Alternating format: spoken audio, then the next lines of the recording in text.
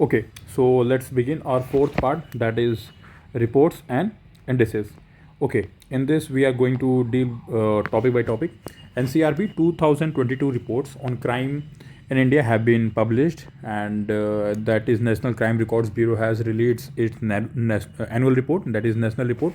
Okay, and the key highlights are 58 lakh 24,946 approx 58 and a half lakh crimes are recorded. Out of these, 35 lakh approx are IPCs and 22 lakh 63,000 approx are special and local laws. Okay, so the trend is, we saw that there's a decline of 4.5% in the registration of cases over the second pandemic year. ठीक है, ये बहुत important हमारे लिए जाना है. There was a decline of 4.5% in the registration of cases, in the registration of cases over the second pandemic year, that is 2021. The crime rate on or crime registered per lakh population has declined from 445.9 to 422.2 in 2022. That is registered crime पर lack have been decline. तो ये एक important चीज़ है. पहले अगर 1 लाख लोगों पे 450, sorry नहीं 450 नहीं बोल सकते, 445.9 दैट इज़ 446 के अप्रॉक्स लोग क्राइम को रिपोर्ट करा रहे थे, रजिस्टर करा रहे थे, और अब 422.2 लाख लोग ही रजिस्टर करा रहे हैं. 4,45,256 cases of crime against women were registered in 2022. This is an increase of 4%. ठीक है, यहाँ पे एक इंक्रीज देखा गया है ऑफ 4% इन 2021 नंबर्स. ठीक है, तो 4% से बढ़ गया है. ठीक है, the reporting of cyber crime increase significantly.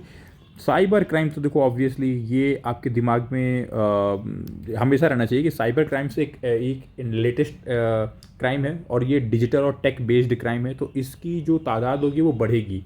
कहने का मतलब ये नहीं कि क्राइम करने वाले बढ़ गए हैं, वो तो है ही, क्राइम करने वाले भी थोड़े बड़े हैं. बट आप ये सोचो ना कि जो लॉ ऑफ एवरेज है, पहले अगर क्राइम करने वाले 10 लोग को ट्रैक कर रहे थे या फिर उनको अपने झांसे में फंसा रहे थे, तो अब वो 10 से 100 होंगे, 100 से 1000 होंगे और 1000 से 10,000 होंगे, क्योंकि अब डिजिटल आउटरीच लोगों के पास बढ़ रहा है. तो ये कॉमन सेंस है. डिजिटल आउटरीच बढ़ने की वजह से जो क्राइम्स ओवर साइबर हैं, दैट इज़ इंटरनेट क्राइम्स, ठीक है, cyber crimes has increased significantly by 24.4%. ठीक है, एज कम्पेयर टू 2021. ठीक है, और वो हो कितने गए हैं, 65,000 लगभग. ठीक है, an increase of 4.2% was observe in suicidal case. Again suicidal case भी बढ़े हैं ड्यूरिंग 2022. ठीक है, let us see some more. Family problem other than marriage related problem stood first. ठीक है, family problem other than marriage problem again stood first, that is 31.7%. marriage related problem for 4.8%, and illness caused the illness became a cause for suicide, that is around 18.4%, have together accounted for more than half of total suicides in country during the year. ठीक है, तो देखो ऐसे आप समझो family problems में generally देखो यहाँ पे फैमिली प्रॉब्लम सबसे इंपॉर्टेंट क्या है, मनी. ठीक है, अगर थोड़ा सा आप इस डेटा को और आप डीप में देखोगे तो मनी है, एंड ऐसे कुछ 2-4 चीज़ें हैं जो इसमें आएंगी. ठीक है, मनी है, फिर आपका चीटिंग है. ठीक है, and lot more things are there. ठीक है, मैरिज रिलेटेड प्रॉब्लम से 4.8% देखा गया. ये थोड़ा सा स्पेसिफिक है, इसको थोड़ा जानना होगा, लोग इसको थोड़ा ज़्यादा समझ लेंगे. ठीक है, बट ये 4.8% ही स्पेसिफिकली, और व्हेन टॉकिंग अबाउट 2 इंडिविजुअल. ठीक है, when talking about 2 इंडिविजुअल, ये स्पेसिफिकली 4.8% पे ही सीमित है. ठीक है, और अगर बीमारी को भी इसमें इंक्लूड कर देंगे तो 54.9% टोटल सुसाइडल केस है. तो overall male to female ratio suicide victims वो 71.8 टू 28.2. ठीक है, तो ये आप लोगों को पता ही है, मेल सुसाइड ज़्यादा करते हैं. Why so, this is like point of study or case study sort of thing. The state due to reporting the highest charge sheeting under IPC crimes are Kerala, Puducherry and West Bengal. सबसे important है reporting the highest charge sheet. Charge sheet का report सबसे ज़्यादा कहाँ देखा गया है, under IPC इन केरला. ठीक है, then Puducherry and then West Bengal. ठीक है, तो आप इसको एक स्टीरियोटिपिकल के तरीके से ना देखना कि just because these are very educated, you can say regions of India. That's why the charge sheet reporting is very high. It is not like that. The reason is यहाँ पर जो पुलिस का काम करने का तरीका होता है मोर और less of a conciliation, more of a that is charge sheeting. तो ये भी एक अच्छा तरीका माना गया है, ठीक है।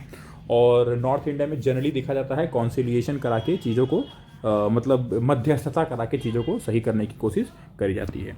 उत्तर प्रदेश ऑन टॉप। देखो आपको पता है when ever if crime numbers comes, दिमाग में जब भी क्राइम नंबर से कोई सवाल पूछेगा तो यूपी हमेशा उसमें टॉप पे ही रहेगा। आपको पता ही है लॉ ऑफ एवरेज 24 करोड़ की जहाँ पे जनसंख्या होगी आसपास, वहाँ पे क्राइम रेट नहीं बोल सकते पर क्राइम तो ज़्यादा होगा ही होगा। क्राइम रेट के बारे में भी डेटा एनसीआरबी रिलीज़ करा ही है, we will see about that also.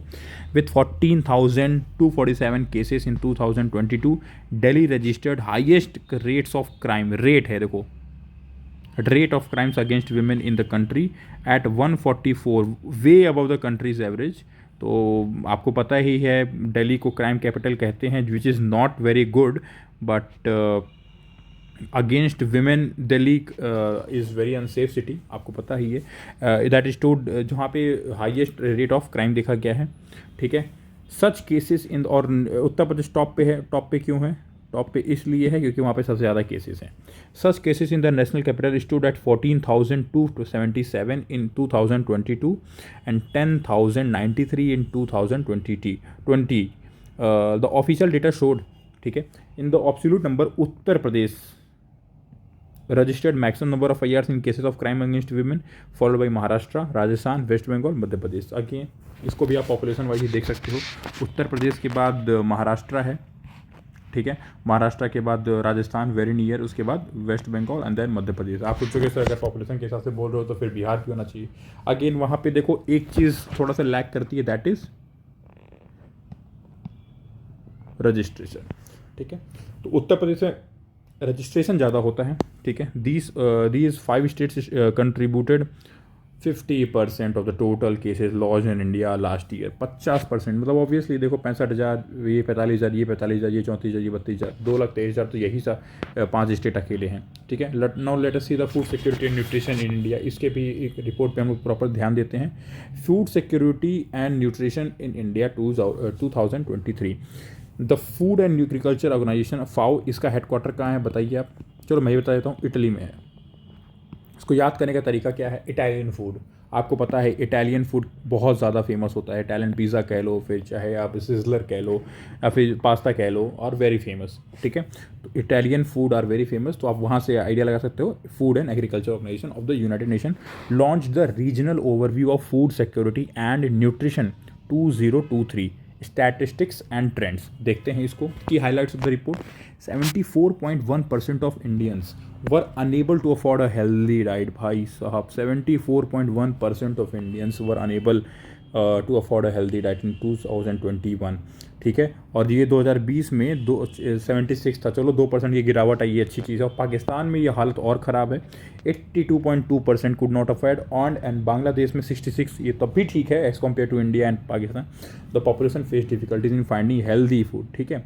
अच्छा ये भी हो सकता है ना कि उनके हेल्दी फूड की डेफिनेशन क्या है, ठीक है, और हमारे देश के हेल्दी फूड की डेफिनेशन क्या है, डिफ़र हो सकती है। देखो आई एम नॉट सेइंग कि उनकी डेफिनेशन एकदम गलत ही होगी, बट कई बार होता है कि जिन चीज़ों को हम हेल्थ कंसर्न में लेते हैं वो उनको हेल्थ कंसर्न में कभी नहीं लेते। और कई बार हमारे यहाँ, जैसे कि आपने एक मूवी आई थी, आपने देखा होगा Chatterjee versus Chatterjee, in that is about the custody of the child, see fight in Europe. और आजकल ये केसेस बहुत ज़्यादा प्रेवलेंट भी हैं जर्मनी में, नीदरलैंड में, डेनमार्क में, जहाँ पे इंडियंस अपने बच्चों को जब फीड कर रही होती है, इंडियन मदर अपने बच्चों को फीड कर रही थी, तो वो उनको अनहाइजीनिक बोल के जो बेबी केयर सेंटर है वो उनको ले लेते हैं। तो मेरे कहने का मतलब क्या, चलो ठीक है इतनी दूर कहानी को लेकर नहीं जाना। कई बार क्या होता है कि वेस्ट वर्ल्ड जो होता है, वेस्ट वर्ल्ड की जो डिफ़ाइन करने के तरीके हैं वो हेल्थ को थोड़ा अलग हैं और हमारे यहाँ थोड़ा सा अलग हैं। तो ये भी एक मुद्दा हो सकता है कि इसकी वजह से भी, ठीक है। हम लोग यहाँ पे आपको पता अपने हाथ से खाना खाते हैं, थाली में ही सारे चीज़ों को रख के हम लोग उसको अपने तरीके से खाते हैं। साउथ में अगर वो देखोगे तो आप पत्तल पे ही खाना खाते हैं, तो क्या उनको अनहाइजीनिक मानेंगे, बट हम लोग इसको हाइजीन और अनहाइजीन से ऊपर देखते हैं। ये हमारा एक कल्चर है, ये हमारा एक ट्रेडिशन है। तो फिर वही इस पर बहुत लंबा डिबेट हो सकता है, ठीक है। I will not go into that deep, बस अभी ये समझो कि हम हेल्दी डाइट अफोर्ड नहीं कर पा रहे हैं, ठीक है। द रिपोर्ट सेड ड्यूरिंग कोविड-19 pandemic and the 5S, sorry the 5Fs, that is food, feed, fuel, fertiliser and finance. आपको पता ही है ये बहुत इंपॉर्टेंट है किसी भी इंसान के लिए, किसी भी देश के लिए। Food, feed, fuel, fertilizer, and finance. The region witnessed harrowing statistics. The latest statistics indicate that the region with 370 million undernourished people and continues to represent half of the global.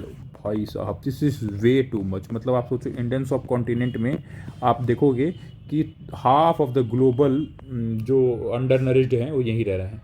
India has a lower prevalence of moderate और severe.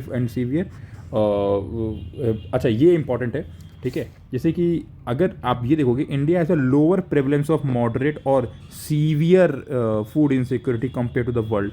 मतलब हमारे यहाँ इसकी थोड़ी सी तादाद कम है as compare to the world, ठीक है। That is severe food insecurity, ठीक है, खाद्य असुरक्षा, ठीक। The report said 16.6% of the countries population is undernourished, ठीक है। इंडिया हैज़ द, अच्छा अंडर नरिश्ड है ये, ठीक है।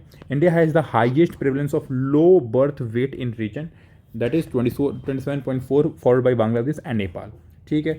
बर्थ वेट की बात कर रही हैं, ठीक है। India has the highest prevalence of low birth wait, मतलब जब बच्चे पैदा होते हैं तो उनका वेट थोड़ा कम होता है, इसमें इंडिया नंबर 1 पे है इन द रीजन, उसके बाद बांग्लादेश, उसके बाद Nepal.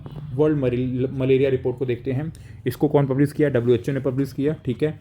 World malaria report sheds light on the alarming malaria situation across the globe. Global impact क्या है? The number of malaria cases had dropped from 243 million to 233 million globally. चलो अच्छी चीज़ है ये, ठीक है। However there is an increase in 11 million cases in 2022। लो अब यहाँ पे बढ़ गया ये, पहले यहाँ पे 19 से 20 में गिरा था, सॉरी ये नहीं बोल सकते, मतलब अगर आप देखोगे 2000 से 2020 के बीच में काफ़ी गिरावट आई, बट अभी 2020 में एक इंक्रीज देखा गया है 11 मिलियन केसेस में। There was a 6 lakh deaths reported in 2022 as compared to 5,76,000 cases in 2019। 3 साल में आप देखो लगभग 25,000 से ज़्यादा यहाँ पे डेथ रिपोर्ट करी गई है। 4 कंट्रीज़, नाइजीरिया, अफ्रीकन कंट्रीज हैं generally, Nigeria, democratic Republic of Congo, Uganda and Mozambique accounted for almost half of the malaria cases globally. आप एक चीज़ देख रहे हो, अगर आप ग्लोबल मैप में यहाँ पे अगर आप अफ्रीका को देखोगे, ठीक है, तो ये ट्रॉपिकल है, ये हो गया आपका इक्वेटर, ये जो ट्रॉपिकल एरिया यहीं पे सबसे ज़्यादा आपको मलेरिया केसेस देखने को मिलेंगे, ठीक है। तो Nigeria, democratic Republic of Congo, Uganda and Mozambique, ठीक है। WHO aimed to reduce malaria incidence mortality rates by 75% in 2025 and 90% in, तो ये एक सवाल बन सकता है कि WHO का एम क्या है, तो 75% बाई 25, तो ये ऐसे याद कर लो, 75 से 25, 75% 25 में, 90% 30 में। तो ये भी देखो, ये 25 का 3 गुना और ये 30 का 3 गुना, ठीक है। तो 25 या 75 और 30 90, ठीक है। Just I am trying to make something mutual point ताकि चीज़ें याद रहें, ठीक है। और देखते हैं एनुअल इंडिया के सिनेरियो में थोड़ा सा देख लेते हैं डिटेल में। The number of cases and deaths due to mosquito borne infection India have continue to decline, क्योंकि हमारे यहाँ आपको पता है मेडिकल सेक्टर काफ़ी तेज़ी से इंप्रूव किया है। With an estimated 33.8 lakh cases and 5,000 deaths, India saw decline of 30% in malaria incidence and 34% in mortality. तो मतलब एक तरीके से इंडिया का काफ़ी अच्छा केस रहा है। Annual report on road accident in India, इसमें तो मैं कह सकता हूँ कोविड के बाद अगेन इसमें नंबर बढ़े ही होंगे। The annual report on road accident in India has been published by the Ministry of Road Transport and Highways on October 31. Key takeaways क्या हैं? In India, India witnessed total of 4,61,000 road accident. It resulted in tragic loss of 168 lakh life. 1,68,000 lives. That is too much. Those figures represent an 11% year-on-year increase in accident and 9.4% rise in fatalities. आप एक चीज़ देख रहे हो, हर साल 12% से accidents increase हो रहा है और 9.4% से फैटेलिटीज। इसके पीछे रीज़न क्या है? देखो अगेन बहुत सारी चीज़ें हैं, आप देखो एक्सप्रेसवेज एंड हाईवेज लगातार बढ़ रहे हैं, ठीक है, ठीक है। कार्स एंड बाइक्स की सेल भारत में अप्रतिम हाई लेवल पे हैं, इसकी सेल लगातार बढ़ रही है। तो मैं कहना क्या चाह रहा हूँ एक्सप्रेसवेज हाईवेज की लगातार से आप देखोगे रिकॉर्ड मेकिंग हो रही है। Highways in making, express in making, cars and bikes की सेल बढ़ रही है। तो ऑब्वियसली अगर ये नंबर्स बढ़ेंगे तो रोड पे होने वाली फैटेलिटीज़ भी बढ़ेंगे। ठीक है, ये चीज़ें डिक्लाइन तब करेंगी जब एक प्रॉपर गाइडलाइन इशू होगा, सर्विलांस बढ़ेगा और लोगों को प्रॉपरली अवेयर करा जाएगा। तो आप एक तरीके से ट्रेंड को देख सकते हो कि अगर क्वेश्चन पूछेगा तो आपके दिमाग में रहेगा कि क्यों बढ़ रहा है, तो यू विल बी थिंकिंग कि हाँ ये सारे रीज़न है। India has the highest number of total person killed due to road accident followed by China. बताओ। एंड यूनाइटेड स्टेट्स, सबसे ज़्यादा इंडिया में, फिर चाइना में, फिर यूएस में। Venezuela has the highest rate of person killed पर लाख। पर लाख में से अगर सबसे 1 लाख में सबसे ज़्यादा कहाँ मर रहे हैं लोग, तो सबसे ज़्यादा वेनेजुएला मर रहा है। Tamil Nadu recorded the highest number of road accident on national highways. बताओ, तमिलनाडु में सबसे ज़्यादा रोड नेटवर्क है तो ऑब्वियसली, ठीक है, मतलब अगेन यूपी में सबसे ज़्यादा है, पर सबसे ज़्यादा अर्बन रोड इंफ्रास्ट्रक्चर भी वहीं पर है। ठीक है, तो 64,000 एक्सीडेंट देखे गए हैं। Madhya Pradesh follows Tamil Nadu closely with 54,000 accidents. ठीक है, Uttar Pradesh reported the highest number of accident. मैंने बोला ना, नंबर में बात आएगी तो इंडिया, यूपी हमेशा वहाँ पे दिखेगा आपको। तो अगर फैटेलिटीज़ की बात करें तो 22,000 सबसे ज़्यादा। एंड तमिलनाडु में ऑब्वियसली सबसे ज़्यादा एक्सीडेंट हैं तो डेथ केस भी होंगे ही होंगे, तो सेकंड नंबर पे तमिलनाडु है विथ 17,000। ठीक है, the accident were distributed across 4 types of roads, national highways including expressway. मैंने बोला ना, नेशनल हाईवे एक्सप्रेस सबसे ज़्यादा बन रहे हैं तो ऑब्वियसली वहीं पर सबसे ज़्यादा होंगे 32 पॉइंट, और फैटेलिटीज़ में मतलब डेथ रिकॉर्ड में 36%, स्टेट हाईवे में 23%, फैटेलिटीज़ 24%। आप एक चीज़ देखो, अदर रोड्स मतलब city roads and rural roads, ठीक है, वहाँ पे जैसे आपके शहर के रेड लाइट पे आप देखोगे अक्सर किसी मेट्रोपॉलिटन एरिया में बहुत तेज़ी से लोग गाड़ी चलाते हैं, ब्रिज से गिर जाते हैं, बहुत सारी चीज़ें हैं। ठीक है, अदर रोड्स उन सारे में आ जाएंगे। 43% वहाँ सबसे ज़्यादा वहीं पे हो रहे हैं। ठीक है, सबसे ज़्यादा वहीं पे हो रहा है एक्सीडेंट, क्योंकि इसमें आप 2 चीज़ को निकालोगे बाकी सब इसी में तो आ गए, सबसे ज़्यादा इसी में हो रहे हैं, और फैटेलिटीज़ भी सबसे ज़्यादा हैं।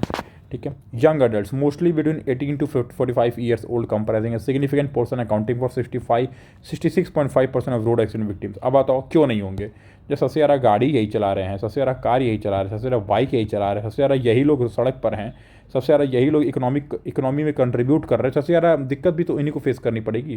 तो मतलब मैं कहना क्या चाह रहा हूँ, I am not being so pessimistic और sadist, but I am trying to tell you, see the figures, see the number, connect the dot.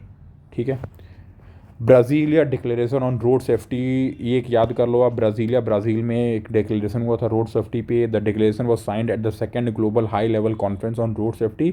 India is a signatory on the declaration. ठीक है, अच्छा आप लोग अगर कहोगे तो मैं सारे इंटरनेशनल कन्वेंशंस इम्पॉर्टेंट हैं जो, ठीक है, सारे इंटरनेशनल ऑर्गेनाइजेशंस, सारे इंटरनेशनल प्रोटोकॉल्स, उस पर अगर आप लोग मेरे को कमेंट करोगे, 5 से 10 कमेंट अगर आते हैं तो मैं ऑब्वियसली इस पर एक डेडिकेटेड वीडियो बनाऊंगा जिसमें आपको यूपीएससी, यूपीपीएससी और जितने भी स्टेट पीसीएस के पेपर होते हैं या फिर जो भी पेपर होते हैं बहुत हेल्प करेगा। तो सारे इंटरनेशनल कन्वेंशन, चाहे वो वियना कन्वेंशन हो, चाहे वो मॉन्ट्रियल प्रोटोकॉल हो, चाहे वो बॉन कन्वेंशन हो, चाहे वो मिनामाटा कन्वेंशन हो, चाहे वो रॉटरडैम डिक्लेरेशन हो, चाहे वो कोई भी कन्वेंशन हो, ठीक है, चाहे किगाली एग्रीमेंट हो, चाहे वो पेरिस एग्रीमेंट हो, कोई भी क्योटो प्रोटोकॉल हो, कोई भी इंटरनेशनल ऑर्गेनाइजेशन, चाहे WEF हो, चाहे वो UNFCCC हो, चाहे ये UNEP हो, मैं सब पे एक डेडिकेटेड वीडियो बना दूंगा। स्टार्ट करूंगा मैं इकोलॉजी एंड इन्वायरमेंट से। ठीक है, सबसे ज़्यादा ज़रूरी यही होता है, बहुत ज़्यादा क्वेश्चंस आते हैं हर एग्ज़ाम में, पर आप लोग को कमेंट करना पड़ेगा उसके लिए तभी। इंडिया एजिंग रिपोर्ट, और बहुत ही टेक्निकल तरीके से आप लोग को मैं समझाऊंगा इन चीज़ों को। इंडिया एजिंग रिपोर्ट 2023, देखते हैं इस चीज़ को। The India ageing report 2023 was release recently on September 27, prepared by UNFPA, United nation population fund India in collaboration with the International Institute for Population Sciences. The decadal growth rate of the elderly population of India currently estimated to be 41%. ये सच्ची चीज़ है। The decadal growth of elderly population, with this rate the percentage of elderly population in the country projected to be double over 20% of total population by 2050. ठीक है, more than 40% of the elderly in India are in the poorest, ये थोड़ा सा disturb करने वाली चीज़ है, poorest wealth quintile with about 18.7% of them living without an income. ठीक है, the data showed that women on an average had higher life expectancy at the age of 60 and at the age of 50 when compared to men, with variation across states and union territories. The sex ratio among the elderly has been climbing steadily since 1991 with the ratio in general population stagnating. मतलब देखो, आप Elder लोग में देखोगे तो sex ratio better हो रहा है, ठीक है, बट जनरल पॉपुलेशन में इतना बेटर अभी तो नहीं देखा जा रहा है, पर हाँ थोड़ा सा सुधर रहा है. Most states in southern region and some northern states जैसे Himachal Pradesh and Punjab reported higher share of elderly population. ठीक है, साउथ में आप देखोगे ज़्यादातर एल्डर लोग ज़्यादा हैं और हिमाचल और पंजाब में ज़्यादा देखने को मिले. ठीक है, अच्छा ये इंपॉर्टेंट क्यों है? ये इंपॉर्टेंट इसलिए है क्योंकि India has now become world's most populated country. ठीक है, फर्स्ट पे आ गया, चाइना इज़ ऑन सेकंड. ठीक है, तो चाइना सेकंड पे है और इंडिया फर्स्ट पे है. ठीक है, आगे चलते हैं. 6 census on minor irrigation schemes. ठीक है, ये देखो माइनर इरिगेशन स्कीम्स पे जो सेंसस हुआ उसको देख लेते हैं. रिसेंटली द मिनिस्ट्री ऑफ जल शक्ति, department of water resource, river development and Ganga rejuvenation release a report on 6 census on minor irrigation schemes. ठीक है, 26 अगस्त को रिलीज़ हुआ था. छठा सेंसस है ये. इसमें देखते हैं क्या सारे की फाइंडिंग और डेटा हैं. हमें सिर्फ वो देखना है. मैंने बोला ना कि बहुत सारे डेटा होंगे, बहुत सारी इन्फॉर्मेशन होगी, बट वो सब हमारे लिए रिडेंडेंट है, इररेलेवेंट है, तो we will focusing on the only important things. ठीक है, 23 million minor irrigation schemes were reported in the country from 695 districts and whatever villages. 6 lakh plus villages हैं. Out of all minor irrigation schemes 21 million are ground water. बस यही है main समझने वाली चीज़. सबसे पहले होगा ग्राउंड वाटर, ठीक है, उसके बाद है सरफेस वाटर. बस यही आपको समझना है. I am so sorry about that. ठीक है,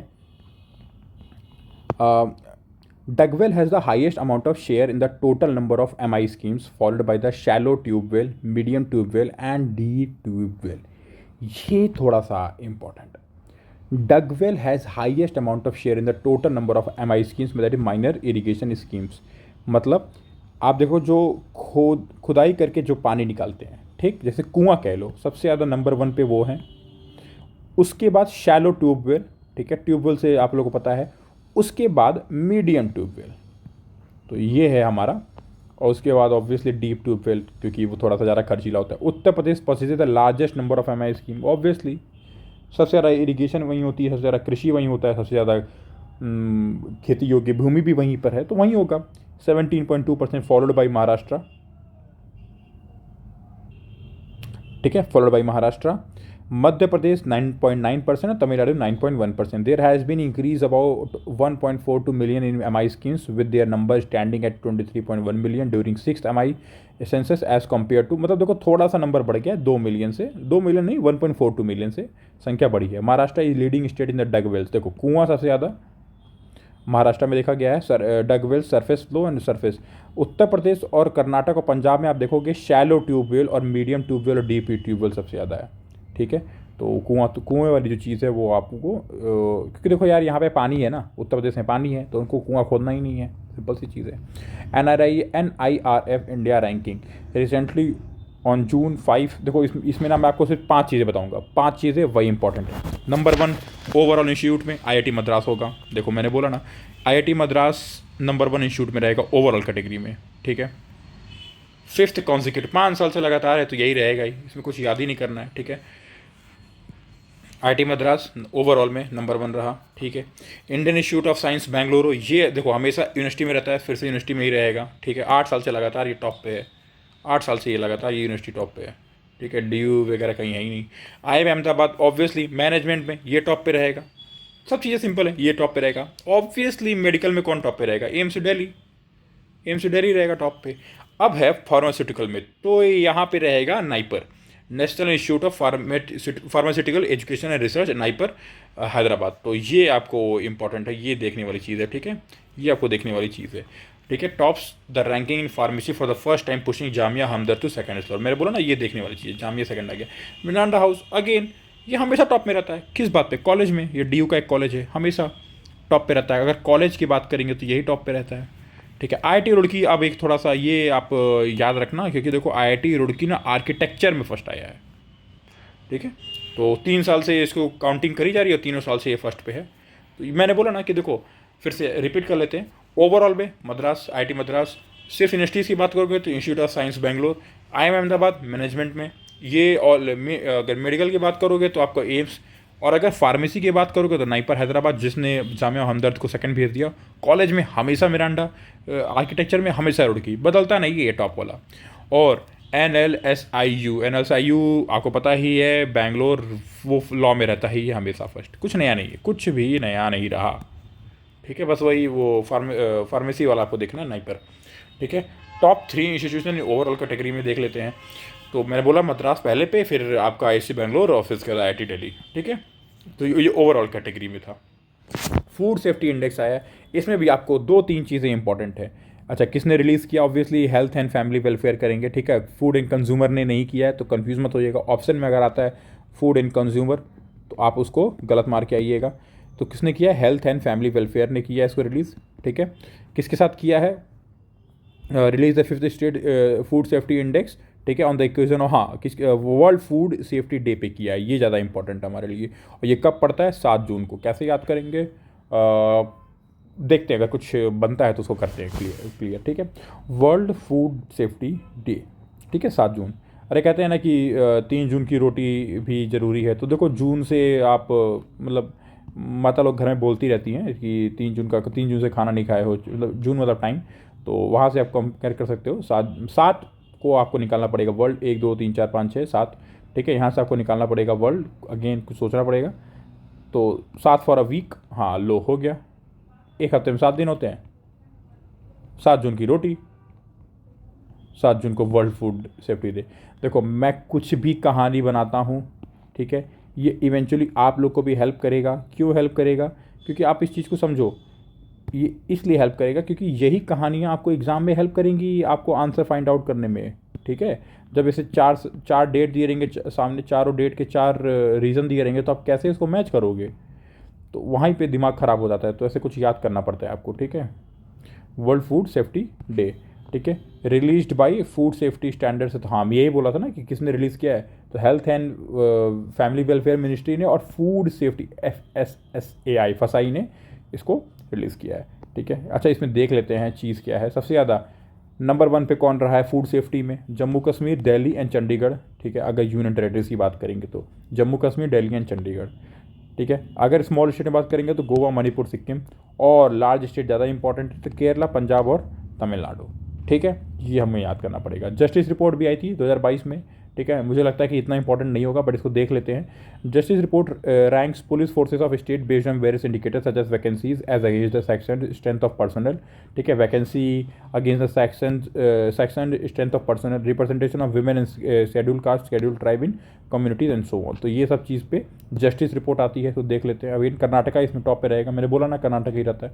ठीक है, 4 अप्रैल 2023 को टाटा ट्रस्ट ने इसको रिलीज़ किया है। The IJREs and that is Indian Justice Report is an initiative of Tata Trust in collaboration with Daksh, Commonwealth Human Rights Initiative, Common Cause Center for Social Justice, Vidhi centre for legal policy and TISS प्रयास।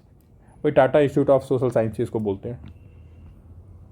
ठीक है, तो अगर आप large और mid size में देखोगे तो कर्नाटक, तमिलनाडु तो और तेलंगाना, तो KTT याद कर सकते हो। बिहार इसमें बहुत ही नीचे से है।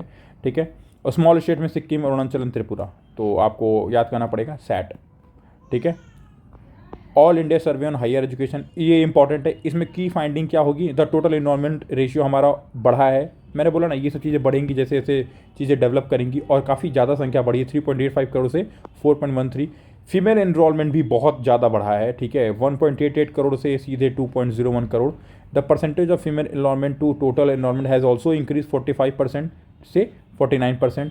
As per 2011 population projection for 18 to 23 years age group, gross GER gross enrolment ratio has increased. ये ज़्यादा अच्छी चीज़ है। फीमेल ने तो मेल को भी ओवरटेक कर दिया है। ठीक है, तो ये ज़्यादा अच्छा है। Gender parity index, the ratio of female GER to male GER has increase from 1 to 1.5, ये बहुत अच्छी चीज़ है। अगेन नंबर्स की बात आएगी, कौन टॉप करेगा? अगेन मैंने बोला यूपी नंबर में हमेशा टॉप करेगा। Uttar Pradesh, Maharashtra, Tamil Nadu, Madhya Pradesh, Karnataka, Rajasthan are top 6 states in terms of number of student enrolled.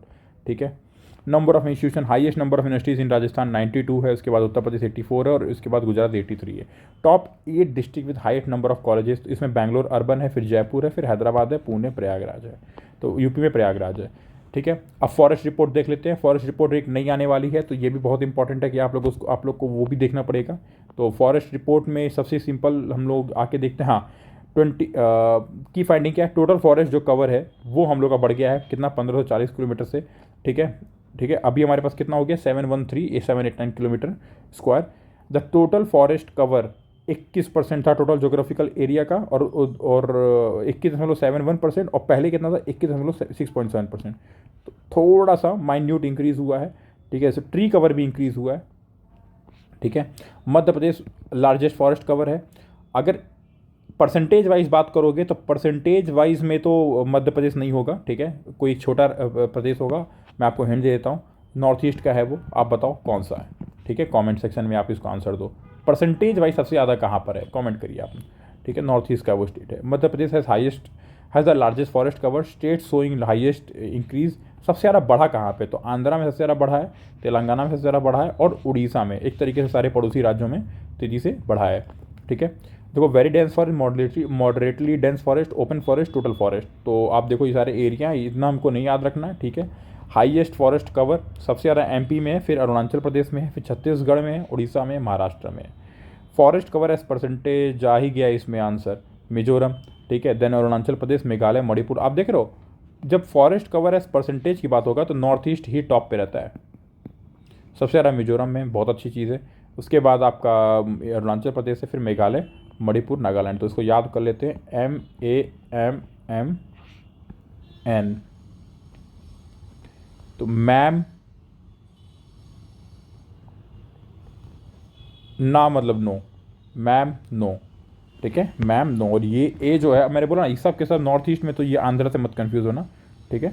तो मैम नो, तो आपको मान लो फॉरेस्ट में जाना है तो आप बोलोगे मैम नो, ठीक है। तो दिस वाज ऑल। तो मैं नेक्स्ट लेक्चर भी जल्दी से कवर करने वाला हूँ, ठीक है। सो अगर आपको अच्छा लगा तो please do comment the question I have asked, और आपको कैसा लगा उसको भी आप कमेंट कर सकते हो। आपका कोई फीडबैक है, ठीक है, आपका कोई फीडबैक है तो आप वो भी दे सकते हो।